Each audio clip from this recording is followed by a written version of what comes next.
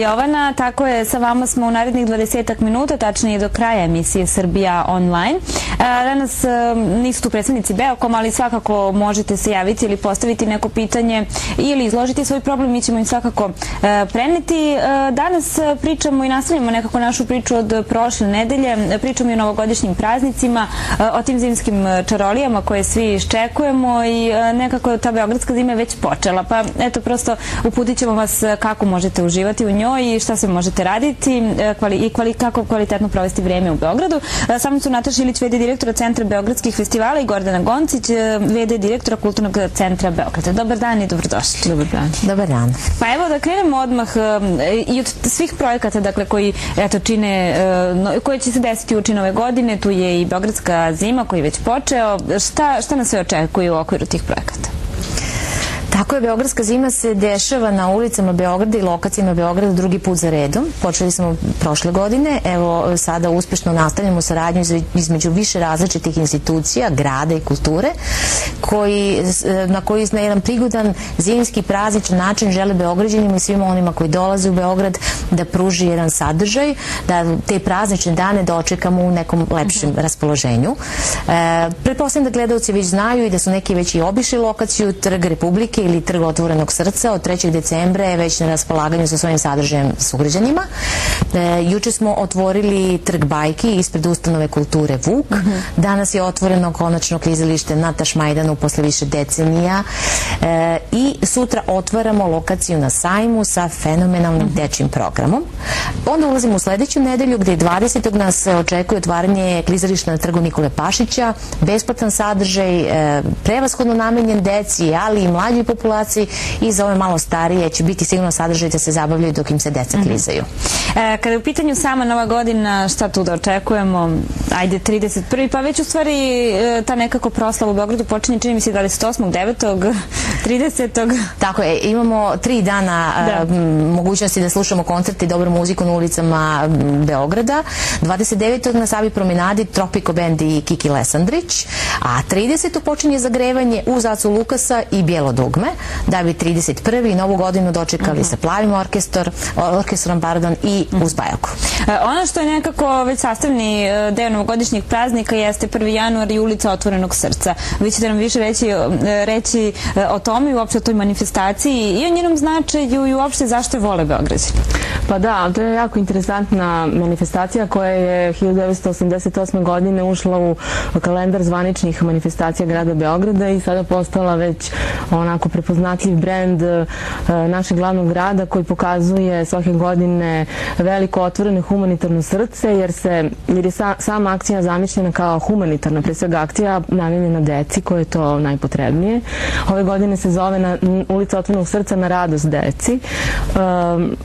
Zato što se uvek na neki način skupljaju ili novčani prilozi ili paketići i svako ko učestvuje na toj ulici je donator na neki način, i oni koji je učesnik i oni koji je prolaznik i koji uživa u programima ima mogućnost da bude human tog dana i da tako započne novu godinu. Sve je počelo naravno još 60. godina kada su glumci ateljeja u Srpskoj kafani zamenili uloge sa konobarima i tog dana im služili kiselu čorbu, i ta jedna zabava između glumaca ateljeja 212, Srpske kafane i novinara Radio Beograda je prerasla u jednu veoma interesantnu manifestaciju koja se naravno centralno odvija u Svetogorskoj i Makedonskoj ulici. Ove godine drugi put i u Skadarliji, zato pozivam sve Beograđane da se prošetaju i kroz Skadarliju, ali već nekoliko godina ulica Otvorenog srca postoji na skoro svakoj opštini, gradskoj opštini grada Beograda. Ove godine će biti i na Novom Beogradu i na Čukarici, prvi put na Savskom vencu, na Paliluli i na mnogim opštinama. Takođe je to jedno druženje porodično, jer za razliku od samog dočeka Nove godine, gde pre svega mladi ljudi dočekuju na ulicama Novu godinu, ovo je prilika da i mladi roditelji i porodice izađu prvog dana da se prošetaju, da kupe neke zaostale poklone, da čestitaju Novu godinu jedni drugima i da uživaju ta deca u novogodišnjoj čaroliji. Koja je uloga Atelje 212 u ovoj manifestaciji? Pa, Atelje 212 zajedno sa, pre svega, turističkom organizacijom Beograda koja je nosilac ove manifestacije, opštinom Stari grad i Radio Beogradom 202, prosto učestvuje svako na svoj način, da li tehničkim prosto sredstvima, ljudstvom, programom, na taj način, eto. Kada je u pitanju još sve ono što nas očekuje do tog 31. Šta imamo? I dobro, i nakon, dakle, ima onih programa koji će trajati i nakon Da, ima i proslava pravoslavne nove godine za decu koja će biti organizovana ispred Starog dvora, Skupštine grada Beograda, ako bude, mislim, lepo vreme, ili tako? Ima još puno sadržaja. Puno sadržaja, dakle, ja sam spomenemo sve kako bi prosto dali, jer smo i prošle nedelje pričali o tome, mislila sam i ove, i da damo onako kompletan uvod i Beograđanima i onima koji žele da dođu, da prosto da izaberu gde je proveru. Mogu da izaberu stvarno gde hoće. Evo, recimo, ove godine, to sam zaboravila da kažem, prvi put je deo zvanične ulice Otvorenog srca i Savska promenada. Ona će takođe biti... Da, to je novina. Ona će se zvati Promenada Otvorenog srca. Eto, to je jedna novina i uopšte ta Savska promenada će biti veoma interesantna, ona se otvara 23. Takođe imaju programe i u samom parku Tašmajdan. Aha, šta će tamo biti? Ne znam, to će biti iznenađenje. To će biti iznenađenje, bit će drugačije nego sve ovo što smo do sada imali prilike da vidimo. Sad, dakle, eto, čuli smo ima dosta toga. Šta nam što biste vi izdvojili i prosto možda i preporučili sad posetiocima Beograda i naravno svim onima koji žive u Beogradu?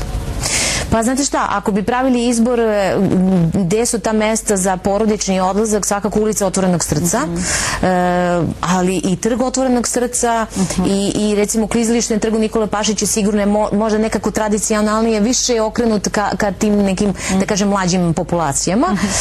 To je, da kažemo, eto, za porodice.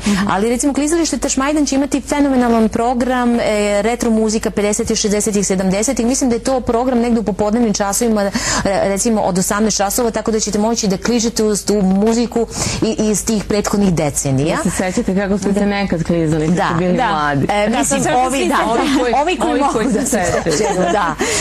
Ovi neki koji nisu imali prilike, tada prosto nisu bili tu, oni će imati mogućnosti, eto, zajedno sa nama, da prožive tu muziku. Mislim, to je stvarno fantastično, to je bilo prvo klizalište u Beogradu i tu su se razne stvari dešavale i nekako je i napravljeno i prirodno je da bude klizalište. Pa da, nadamo se da će to od sada pa nadalje zaživeti nekako da... Pa Beograđani će pokazati da li je to pravi put, ali mi smo uvereni da jeste, tako da, eto, na Tašmajdanu se sigurno u ovom momentu kližu ljudi i uživaju, da. Ja bih recimo preporučila ove godine prvi put opština Savski venac ima ulicu Otvorenog srca ispred Muzeja Jugoslavije na 25. maja i oni prave Deda Mrazovo selo. Tako da, eto, to je interesantno možda za decu. Ono jeste da dođu da upoznaju Deda Mrazove pomoćnike, patuljke i tako da uživaju u toj čaroliji. I naravno trg bajki koji svakog dana organizuju kućici za bajke, pripovedanje i igranje srpskih narodnih bajki za svu decu. I ono što je jako važno da su svi programi besplatni.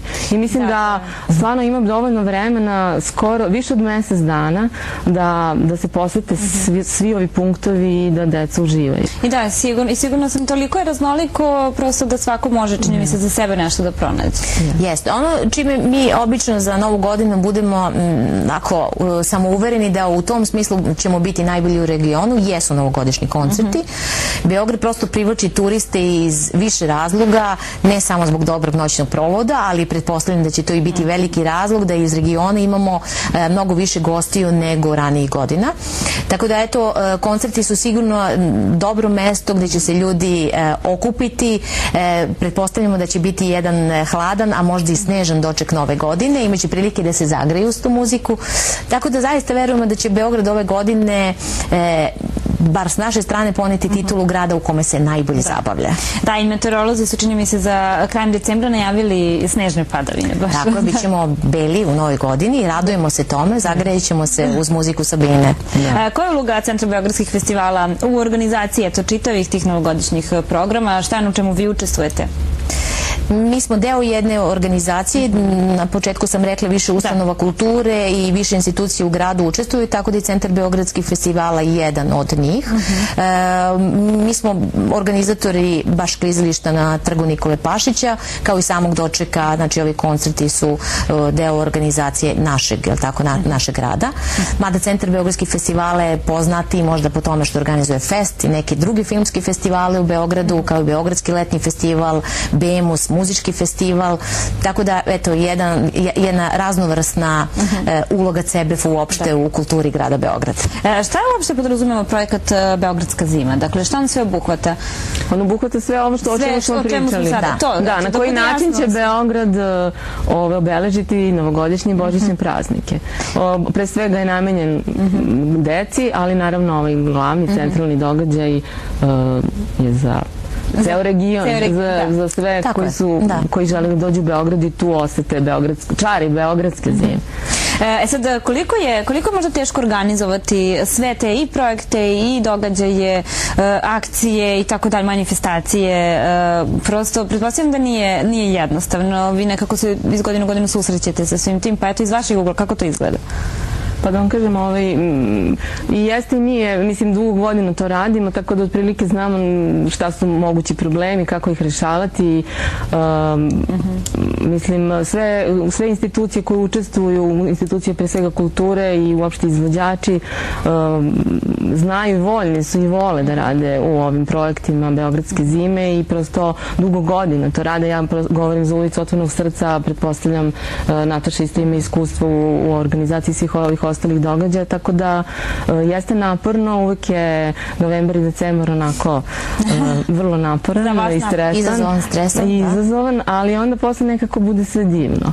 I uvek bude divno i nekako, ne znam, mislim, ako padne sneg, to je onda najlepša scenografija. A nadamo se da će tako biti možda ove godine. Kako znate šta je ono što prosto građani, oni koji će posjetiti Beograd žele? Da li ima to nekih konsultacija dosta ranije, pretpostavljam da mora? Da li nagađate šta bi oni volili da čuju, vide, kada su svi ti sadržaji u pitanju? Jedan deo je, otvorili ste odličnu temu, jeste da bismo sigurno više volili da čujemo šta bi Beograđani ili ljudi regiona željeli da imaju u Beogradu tokom ovih novogodišnjih i zimskih praznika i postoji određena vrsta komunikacije, oni se javljaju različitim institucijama sa postavljanjem predloga, pretpostavljam i Beokomu, ali sigurno da bismo tu saradnju mogli da proširimo. Drugo, moram priznam i mi kao i ostali posmatramo malo šta se dešava u regionu, imate neke iskustva i saradnju sa turističkom organizacijom Beograda i Srbije i tako u skladu sa svim prikupljenim informacijama prosto pravimo neki sadržaj i naravno ono što je važno, prosto feedback vam daju ljudi koji dolaze ili ne dolaze. Pošto dolaze, onda... Dobro radite. Tako je, onda smo na pravom putu, ali znate već uvek može više, uvek može bolje i Beograd sigurno treba da teži tome. Tako da, evo, za treću Beogradsku zimu krećemo da spremamo čim završimo ovu, to znači od februara meseca, već će se praviti planove, znači pravit će se analiza, koliko je tu ljudi bilo, gde smo imali najveću posjećenost, kakve su nam komentare, zapažanja davali ljudi koji su dolazili i na osnovu toga bi trebalo da se krene u planiranje Beogradske zime 3, koja će, verujem, biti bolje nego i ova sada. Dakle, eto, posetioci bi trebalo da znaju da i ova sada Beogradska zima je planirana onda verovatno od početka 2016. godine. Tako je. Kad vam se završi jedna manifestacija, vi prosto posmatrate šta se dešavalo, čime ste bili zadovoljni, šta biste htjeli da bude drugačije. To je jedan čitav tim ljudi koji zajedno radi, ima nas dosta, sami smo puni ideja, usaglašeni smo, konfrontiramo se, tako da je to jedan dinamičan, interesantan rad za saradnju, ali verujem da na kraju da dobar rezultat. Da, najviše uživaju oni koji budu tada u Beogradu.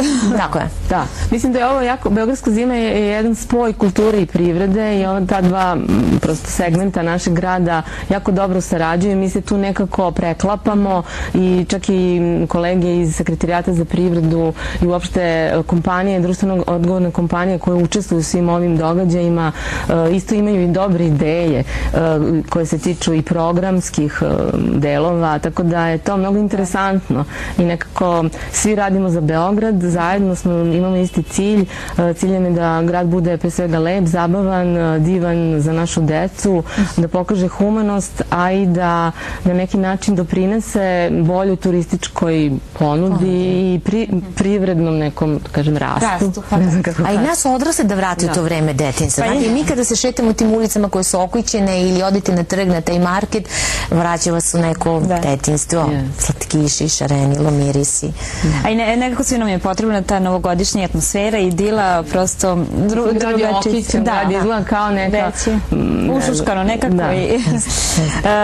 Eto, nadam se da će biti puno posetilaca i uopšte ljudi iz Beograda koji će posetiti sve ove manifestacije. Za kraj bih voljela da spomenemo šta je ono što su planovi, aktuelnosti u Centru beogradskih festivala i u Kulturnom centru Beograd.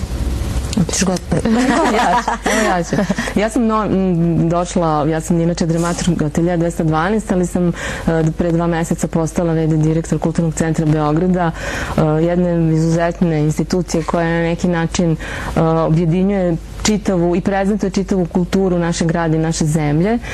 Ono što je interesantno je da iduće godine, 2017. obeležavamo 60 godina postojanja. Dakle, ove godine je bilo 60 godina ateljeja, a sada 60 godina Kulturnog centra.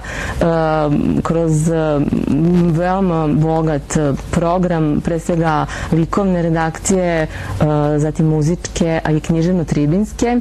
Tako da, eto, pozivam sve, naravno i filmske, da ne zaboravim filmske.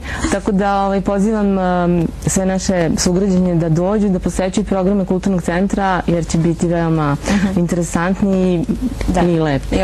Kada je tebe u pitanju, šta je, tu uvek ima... Jeste, mi smo sad uveliko u planiranju i realizaciji festa. Fest 45. će biti 2017. počinje krajem februara.